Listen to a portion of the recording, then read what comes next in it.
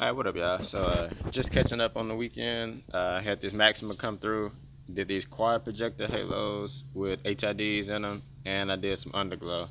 If you want to see more of this car, check out the SSC Jackson page or the Whips Most Wanted page. They got full videos of the car.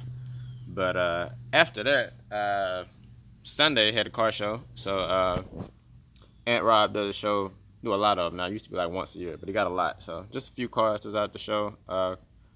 Couple old schools, couple new schools. Had some cars from New Orleans come through. Couple cool raps. I mean, it was a pretty good show. It got rained out, unfortunately, so kind of slowed down a lot. But once the rain kind of cleared up, kind of got a better chance to actually sit back and kick it and actually look at the cars kind of more in depth. But ended up being a good show.